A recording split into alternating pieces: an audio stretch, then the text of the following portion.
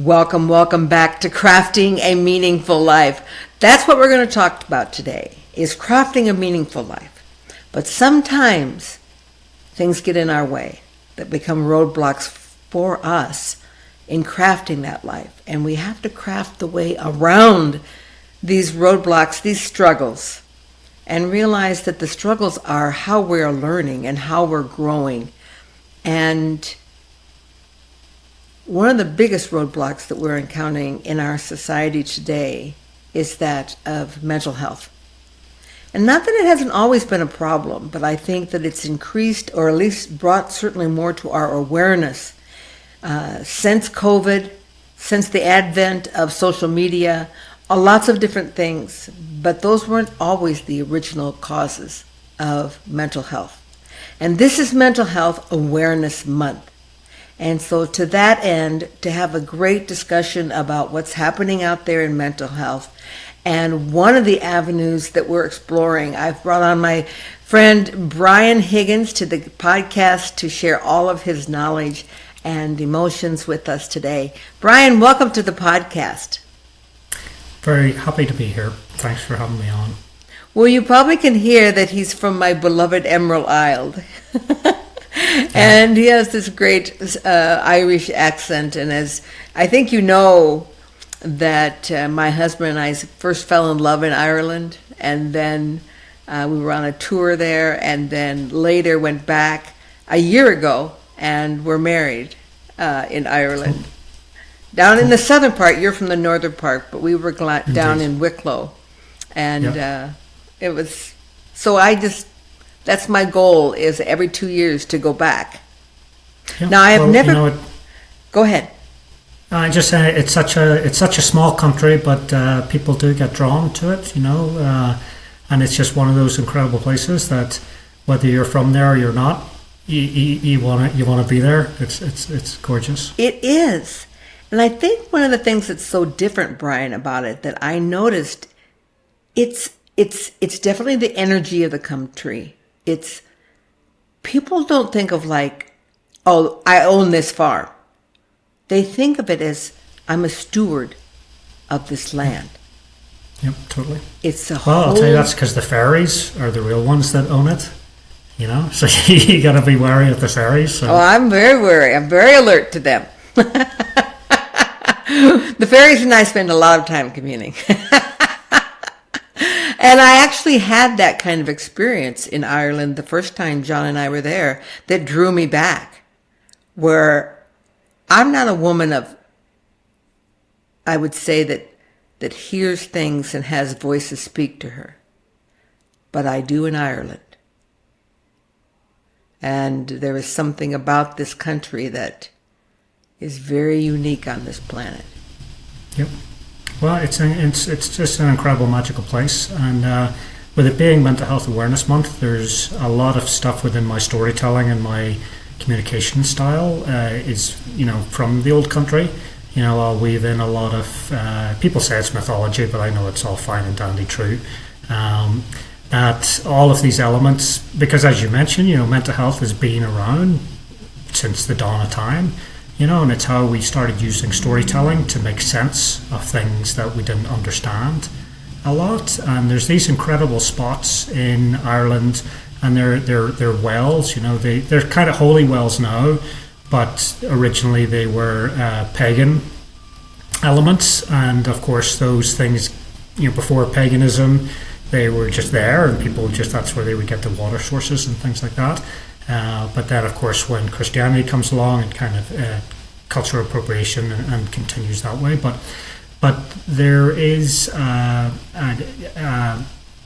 place in Ireland that has all of these wells, and it's known as the mental health area, because for years and years and years and years and years, way back in the days, people would go there who were struggling with what we know as PTSD now, from the conflicts with the Romans invading and all those elements, and then the potato famine, all of these elements, plus just genuine, indeed, and just the standard elements of depression and anxiety, because again, clinical depression is there. You know, you're just born with it as a chemical imbalance. But of course, there's situational depression, situational anxiety as well.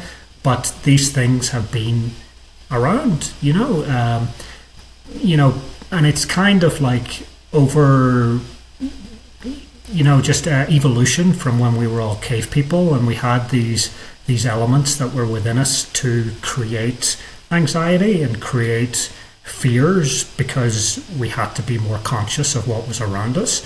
But now, as we're in the age that we are now, we're still kind of experiencing these anxieties to heighten awareness to these unknown fears that don't really exist anymore. But the people old would go fight to these, or flight status. indeed, fight or flight or freeze. And I'm very much a freeze guy. I'm very much a lie down and pretend to be dead and Really? leave me alone. And another beast that that was actually just a Freudian slip. I meant to say another piece, but I said another beast that I deal with, and it certainly is a beast sometimes. But when I have fight or flight or freeze, my eyes open really wide, and I have a lot of difficulty closing them, and that is a leftover from the caveman days, because your eyes want to open up as wide so you can let all the light in, so you can see better and you can see where the saber-toothed tiger is or whatever the danger is. But that's a kind of oversight that I still deal with when I have a trigger or a PTSD element. My eyes open wide, just like in the cartoons, when you would see them scared and their eyes would open and they'd pop out, like in old Bugs Bunny cartoons. But so people would go to these wells and they would drink out of the wells and they would eat the watercress that would grow around. And the wells were always seen as the portal to the underworld where the fairies live, and water was seen as the flow and the life-giving elements. So some people would climb down the wells, and one of the stories is that this poet climbed down the well because she wanted more knowledge.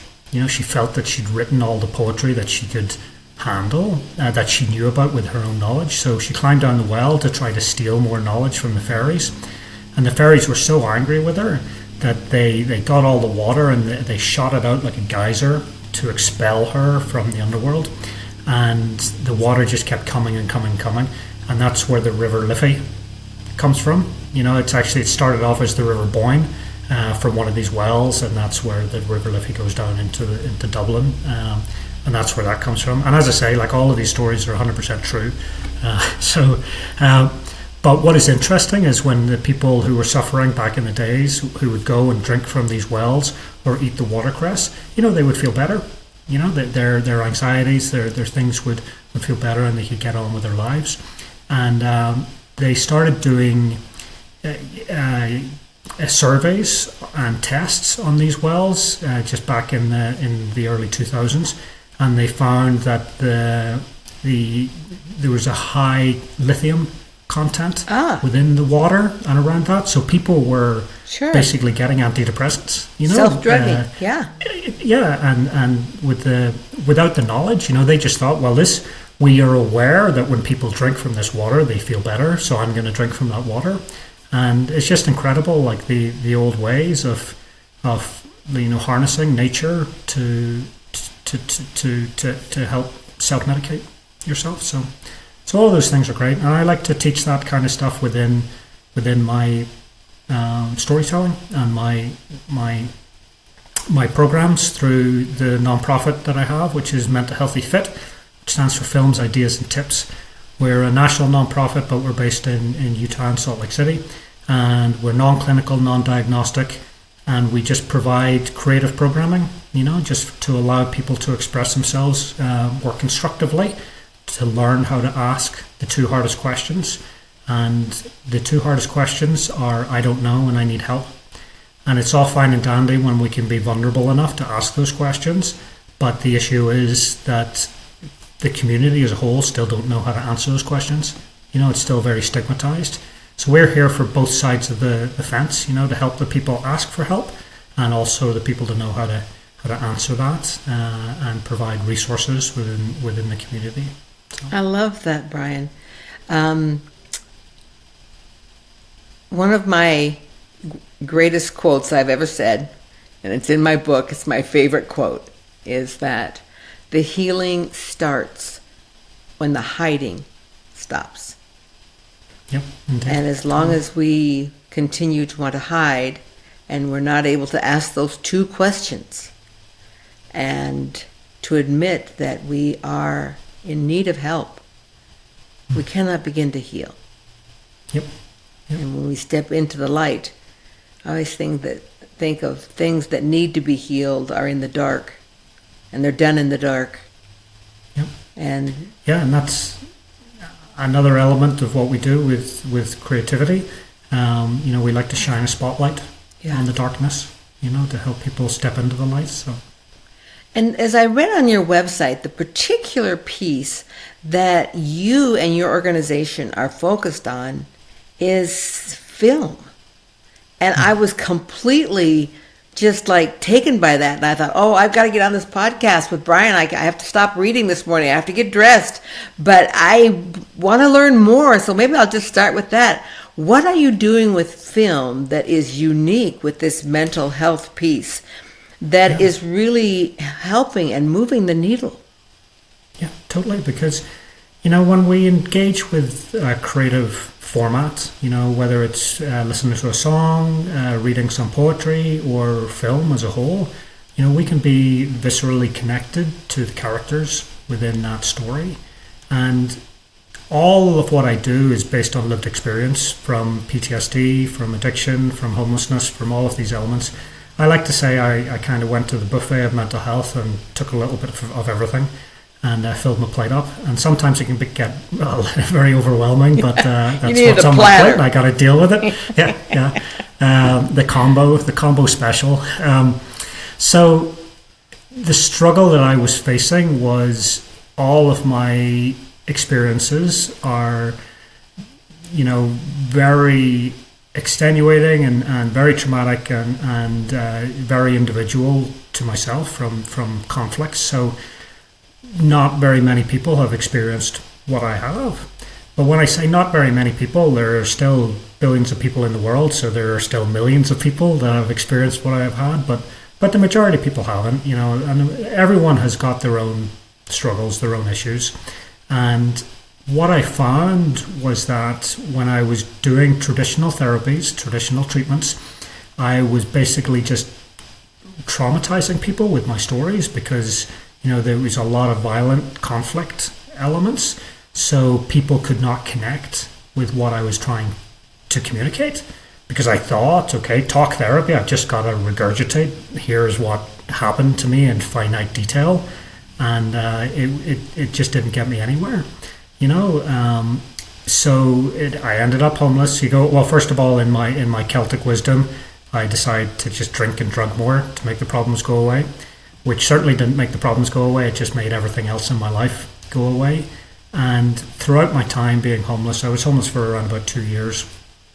And I started realizing that, the equity in mental health really just starts and ends with your diagnosis. It's just the words on a page. I'm certainly happy to self-identify and say, yes, I'm diagnosed with PTSD, OCD, ADHD, depression, anxiety, suicidal ideation, all of those things. And there could be, I'm not going to say there could be, there will be some listeners out there that have those same diagnoses. But that's where the equity and the similarities end. It's just the words on a page, because everybody's experience is completely opposite, completely different, and it is hard to resonate just based on an experience. So how do we resonate then? We resonate on the emotion, because when I was running around telling everybody about my trauma history, people could not connect. People were just afraid of it because, again, the media stigmatizes somebody with PTSD having a flashback. They're going to have a violent, lash out. And that's really not what happens. Yes, okay, it happens in some occasions, but the majority, what that ends up is the person in the basement alone, contemplating suicide with a bottle. The majority of the time, it's very rare that it is an outward outlash. So, but what I realized was the emotion that we create is connective. So, as I like talking to you, you may not have been homeless, you may not have had traumatic experiences, but when I break down my emotional connection, which is fear, pain, anger, that all of those emotions that I was experiencing during those times, you have 100% experienced fear, pain, anger in some form. So the beauty of creativity is I can tell a story based on those emotions and get you to feel a visceral connection to that.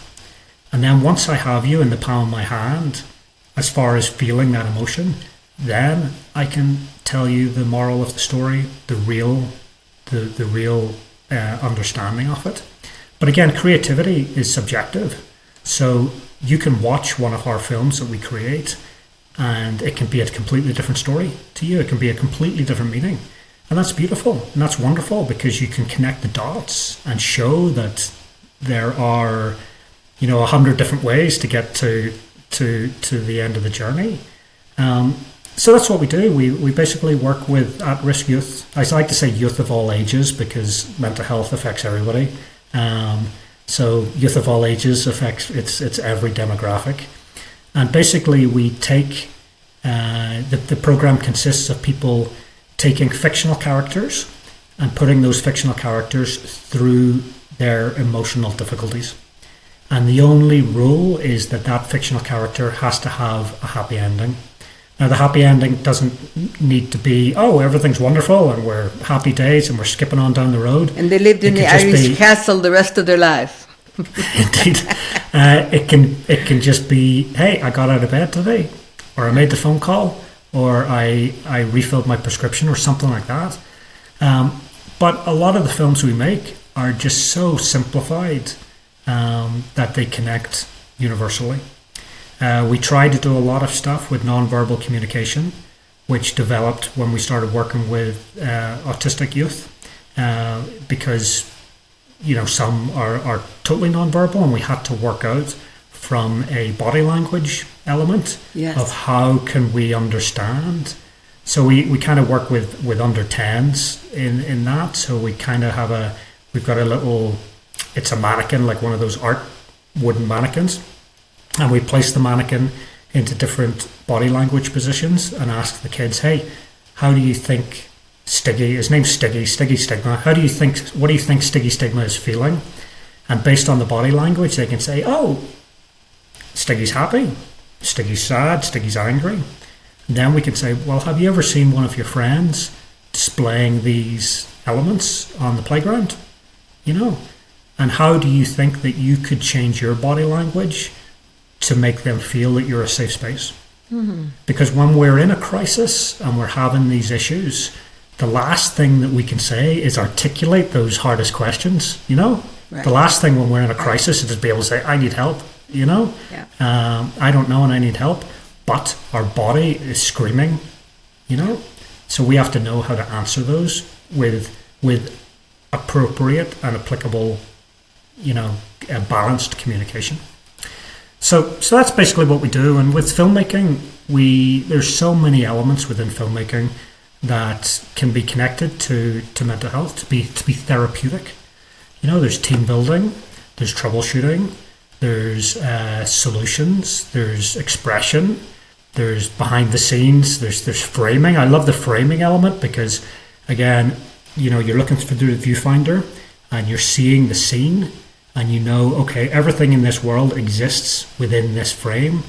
And everything over here could be all in disaster, like all the grips and all the electric people and everything going on and everyone getting their lunch. But you're just focused on this. This is the scene that I need to deal with. Doesn't matter what's going on over here, just like mental health. You could have all the things in your head, all the self-esteem elements and all these terrible things that are going on and your anxiety is building. But you've got to take 1 foot forward and one after the other, one after the other. And that's incredible for people to be able to focus on that and say, hey, this is what's ahead of me, not what's behind, not what's going on over here. This is the story that I'm telling today, which is gorgeous as well. And we give everybody the opportunity to be the director, the producer, the actor. We put everyone's name in a hat and they get to pull it out. And for half an hour, they get to be the director, which again is gorgeous for these kids because, they look through the viewfinder and they say, oh, the chair's in the way. Can you move it? And someone says, of course I'll move it, no problem. And that could be the first time that anyone has ever responded to them as an authority figure, and seen them as who they are and who they want to be. So it's just a gorgeous way. And then, so we make the films, and then we tour the country to different schools, different organizations, and we show them. They're all shorts. They're all quick, like 5 minute, under 5. And we provide, curriculum and conversation starters for the teachers or the community leaders so that they can, connect better with their audiences. So, when we found, again, nobody's really doing what we're doing and people engage. We have these mental health events every month and people engage. People come because they want to see the creativity, they want to see the storytelling and see what people are moving and shaking with. Whereas, before it was very much seen as doom and gloom. Like, why would I want to spend my Tuesday night with all these depressed people? But it's not the case with our stuff. So, I love that you call your stick person sticky stigma, because that is one of the issues that we deal with in mental health. It's a huge part of it, and that is the stigma around it. Oh, mental health, let's see, there's something wrong with them, and it might threaten my position. They might act out toward me. They might influence my children. They might steal from me. The stigma around it is, and the worst one, of course, if I hang out with them, it may expose my own stigma, my own problems. And getting rid of those stigmas is such a huge thing. I even just think about your story when this podcast started, and you said, that you suffered from all these different things and that you had been homeless. Mm-hmm.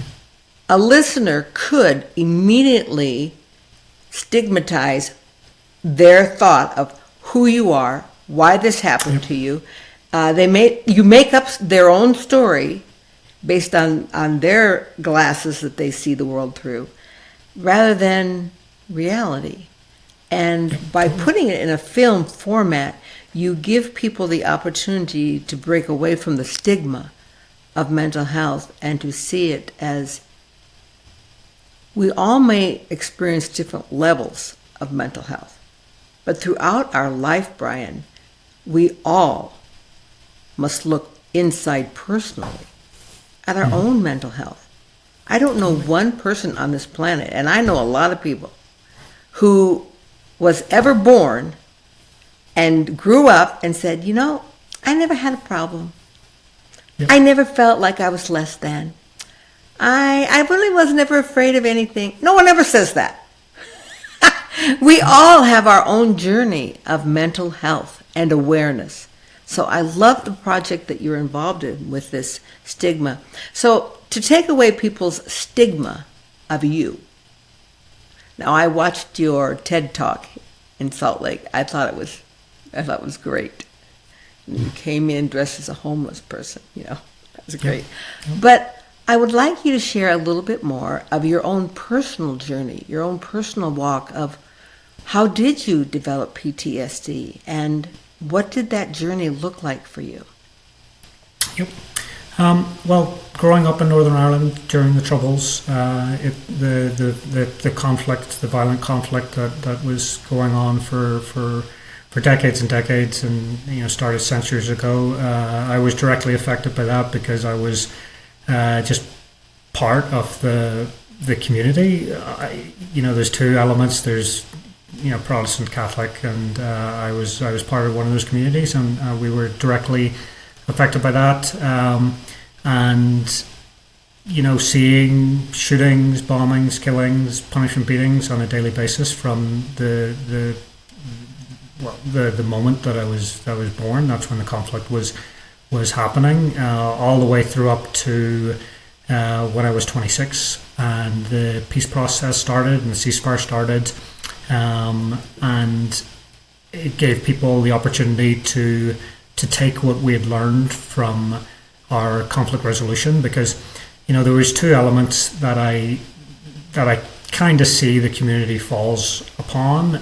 One, you see the troubles that are going on around you, and you get angry about it, and you pick up a gun. You pick up a bomb and you lash out and you react to that violently. Or you pick up a pen or you pick up a paintbrush, and that's the whole thing, is the pen is mightier than the sword. And we look at Northern Ireland and see like how small and really insignificant of a country it is on the world scheme of things. But we look at the world-class creative talent that has come out of there, based on the population ratio. So we have, Van Morrison, Kenneth Branagh, all of these elements, plus tons of sports stars and on and on. And these were the people that came up at the same time as me, or just before me, or after, and, were affected and had the same anger in the community, but they chose to move towards more creative expression where they could get that out more productively. And whether that's subconscious or whether they sat down and said, this is what I'm going to be creative, instead of lashing out, because I certainly only put this together in the past few years, because there were certainly times that I was so full of bile and anger that I wanted to engage destructively. So when the peace process and the ceasefire started, it gave me the opportunity to go into other conflict areas, and use my lived experience to help others.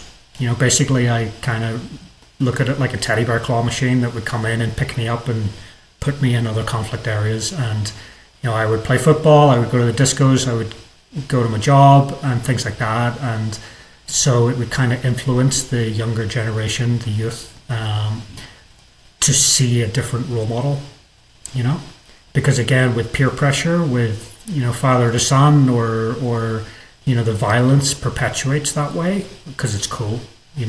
Hey, it's cool. I'm gonna do this. I'm gonna get revenge, and I'm gonna get all the self-esteem, because maybe they don't have the other role models that are like, oh, I've gone to my job, and I've got an apartment, things like that. So that was basically the lived experience visa. And so when I was brought over to America, it was mostly over on the East Coast, and it was all, gang violence and areas of difficulty there that I was kind of dealing with, and putting myself into those situations.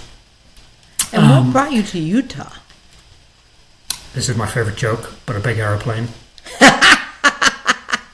Yes, indeed. I love that indeed. Joke. That's a great. I kind of jumped the gun on that, because normally it's what brought you to America, and then I say, oh, a big airplane, and then they say, oh, but what brought you to Utah? And they say, oh, a smaller airplane. Yeah. So I got married in Boston, and my ex-wife, who she prefers to be called these days, her family was from here, so we moved out here to start a family, and really that's when all of my troubles started. They started back on the East Coast too, because when I living within the hypervigilance of the conflicts, I couldn't see anything. Just the viewfinder, all I could see was what's ahead of me, and I was in hypervigilance, pure hypervigilance on a daily basis. Like, where is that? Why is that car parked there? Why are all these things just constantly? And not necessarily just for myself, to protect myself, because I never had a connection to Brian Higgins. I was so disconnected and so unaware of myself, because life had no meaning to me. Because I was fully aware that I could I could die in the moment, you know. So what was the point in putting down roots or whatever? And I was very much, hey, I'm the martyr. I'm going to jump on the grenade. I'm going to save everyone else around me, you know. And that was just that's really what I do. It's still why I do what I do today, you know. It's what can I do to help the community. You know, I'm not all about jumping on grenades anymore, you know, but that's what it was. But the hypervigilance, and I like to say I was certainly suffering, but I was suffering from existing traumatic stress disorder back then because I had no time to deal with it. It was just conflict. And it was only when I was removed from that situation that it truly became PTSD, post-traumatic stress disorder, because I didn't need to deal. There was no threats against me. But because that was my entire existence, you know, 99% of my brain was like, oh, what's going on? Why am I not on high alert? Why am I not getting the fight or flight all the time? Why am I not getting these drugs that I need to operate? So it would create these situations, you know, it would create the flashbacks and create all of these difficulties for me. And at the time, like, I had no knowledge, no understanding that these things were not real. Like the subconscious sabotage was clear and present, and it was so believable that I just couldn't get away from it. And, you know, as I mentioned, in all my Celtic wisdom, I just drank and drug more. Like, yes, I went to traditional therapy. I went and I tried all the medication. I was in and out of treatment, and it just, nothing resonated with me because, as I say, no one could connect with my story. So I ended up homeless. You know, I was homeless for 2 years, and I was actively drinking myself to death because I was terrified.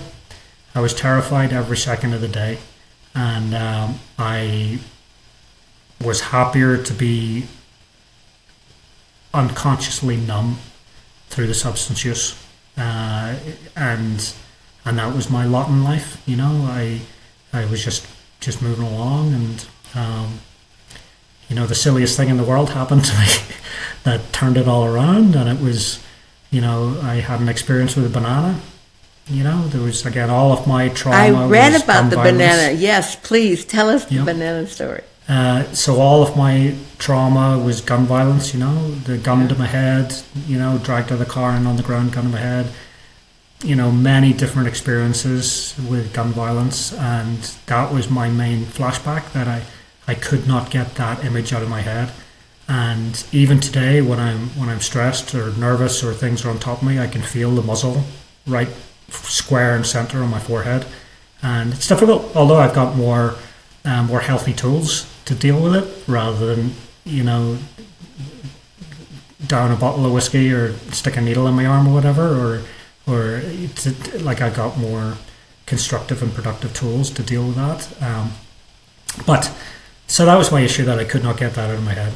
And then one day there was a family having a picnic, and there was 2 little 5-year-old boys, and they came over to me, and they shot me with the bananas because they were playing army, you know, with bananas and effectively pretending they were guns.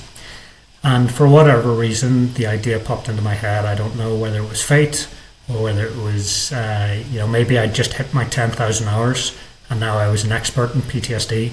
And I was able to connect the dots. But I realized that, hey, if those 2 kids are truly believing that those bananas are guns, which they are in a child's imagination, there's no reason that I can't believe the opposite is true, that guns are bananas. So I just started drawing, you know, and I started drawing all of my adverse memories, but replacing the guns with bananas. And I did it every day, you know, whether I just drew a rudimentary stick man, or I tried to sculpt it, or I did some kind of creative interpretation of this. And it was incredible. So it took about 6 months, but throughout that 6 months, it changed my perception. You know, it didn't change my memories because I still was still fully understanding that the truth of the memories from the situations, but it changed my subconscious sabotage. So when I was asleep, you know, and I was having my flashbacks or my night terrors, now all of those traumatic memories would be changed to bananas. And I began lucid dreaming, and it was incredible. And I was able to realize that, hey, this isn't happening right now. This is a memory, you know. This is basically just like watching a DVD. And I know that's probably aging myself, so we'll say watching Netflix, you know, or watching a VHS. And basically now I'm just rewatching the scene over and over and over and over. And it's not because it's a good scene, you know, it's a terrible scene, but now I can pause it and I can go into the special features and I can change the angle and I can direct the scene better, you know, and I can talk to the other people in the scene, say, hey, what's your intention with your character? And realizing, hey, they're not here to kill Brian Higgins. They're just here to attempt to deal with their trauma. You know, I just represent a traumatic piece within them, you know. And now what can I do? You know, I can take the banana off them and I can peel it and I can offer it and say, let's just talk about this, you know, let's learn from each other. Let's learn that I'm Brian and you're Sean, whatever, you know, and get to know each other rather than I'm the enemy and you're my assailant, you know, and there's a line in the sand. And it really was incredible because I was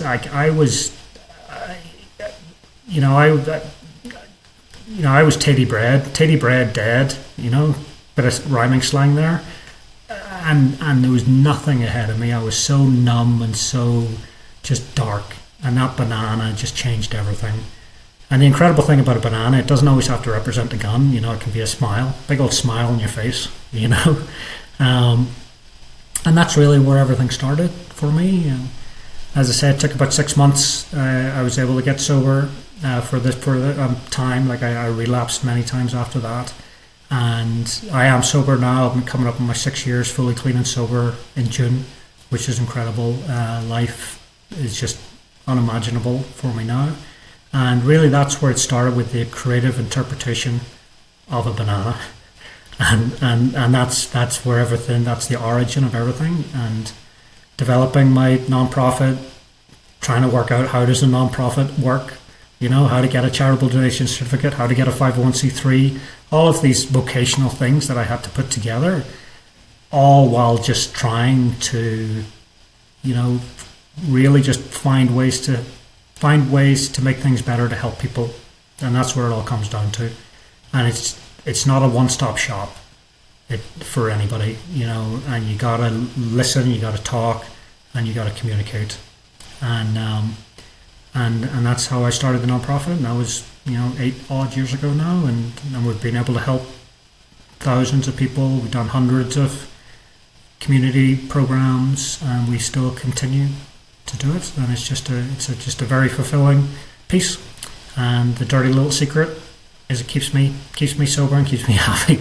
But in order to keep myself on the straight and narrow, I can give it back, and I can help everyone around me. So. And I love that you've allowed it to come full circle to the giving back piece. One of the greatest realizations I think that anyone who's dealing with PTSD comes to is the realization of what a trigger truly is. And we use that phrase so nonchalantly now, like, oh, you're triggering me, you know. But the words behind that, the meaning behind being triggered, that it's not just like, oh, you're triggering me and my emotion I feel is being upset. It's actually a flashback that you're triggered to see, and that emotional response that you have learned to do at the time seems uncontrollable. There's no break between the trigger and the locomotive. It's just trigger, locomotive. And to learn the break, that you can choose a break. You can choose to put your hand and not be triggered to send the locomotive. That is a gift, Brian. And you're a testament that you can do that. is huge. Yeah. Well, it took a long time. It's not an overnight. It's not an overnight thing. But it's certainly beneficial. You got to put the work in to get there. So. As I sit here and talk to you, you seem like the most peaceful individual that ever walked the planet. Well, thank you. It's all, and it's not artifice. I certainly am. I'm certainly a happy chappy. Yeah, and to find that was a lot of work, and I love that you're creating this modality for people. People like me that grew up in the 50s, the solution to mental illness were lock them up. Later, it became shock treatments. If we just shock the hell out of their brains and their bodies, we can get them to not have these, trigger moments, these PTSD type of things. And then there came, let's just drug them. We're going to drug them. I'm going to be just comatose and then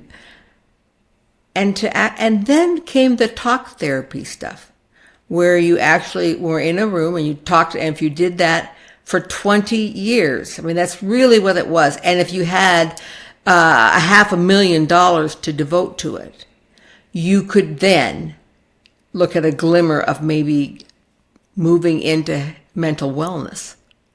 We have come so far into realizing that there are a multitude of modalities that can allow people healing in mental illness.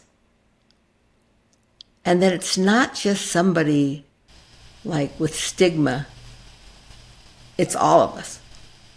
Mm-hmm. We all must walk. Yeah. Indeed, because the analytics are 1 in 5 people have a mental health diagnosis, but I like to say it's 1 in 1 people are affected by mental health. Absolutely. Because, it may not be you that's dealing with it, but everybody has had a friend or a family member that is needed support. And so everybody, it affects everybody. Yeah, every single person. Yeah. Thank you so much for bringing your story to my podcast, Brian. And my hope is, and I know it's your hope, that your story will lift people to hope, and that there are things out there. At the end of the podcast, we're including Brian's website and how you can connect to his movie fest and all the things he's doing there, and healing, and how to find his short films. And we hope that you will take some of the steps, whether or not you find yourselves in the depths of dark depression or glimmering on the ending, on the edges, just saying, I wonder is there more healing for me? I wonder if I took these steps, could I be happier? Could I be more well? Yeah. Well, I would like to say it's not a matter of if, it's take the steps, like put the work in and follow through. There's so many different modalities, so many different opportunities that are out there. Just keep trying them, and you will find one that works for you. You might be lucky and it might be the first thing that you do.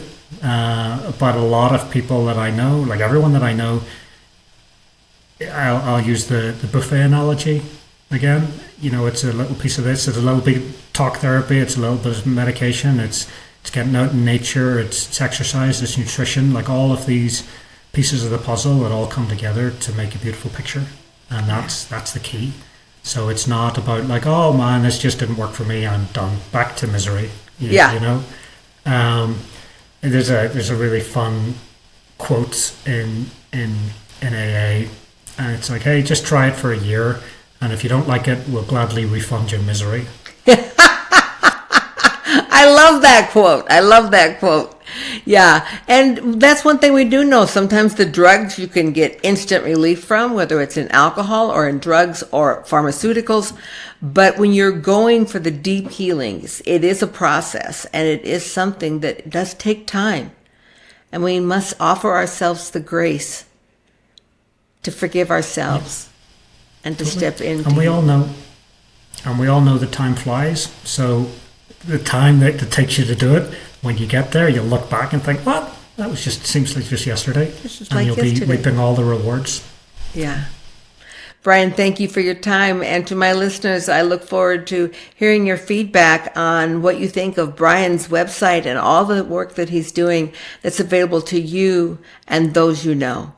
And for the rest of this day, focus on how you're going to find your piece of mental health in this life as you craft your meaningful life.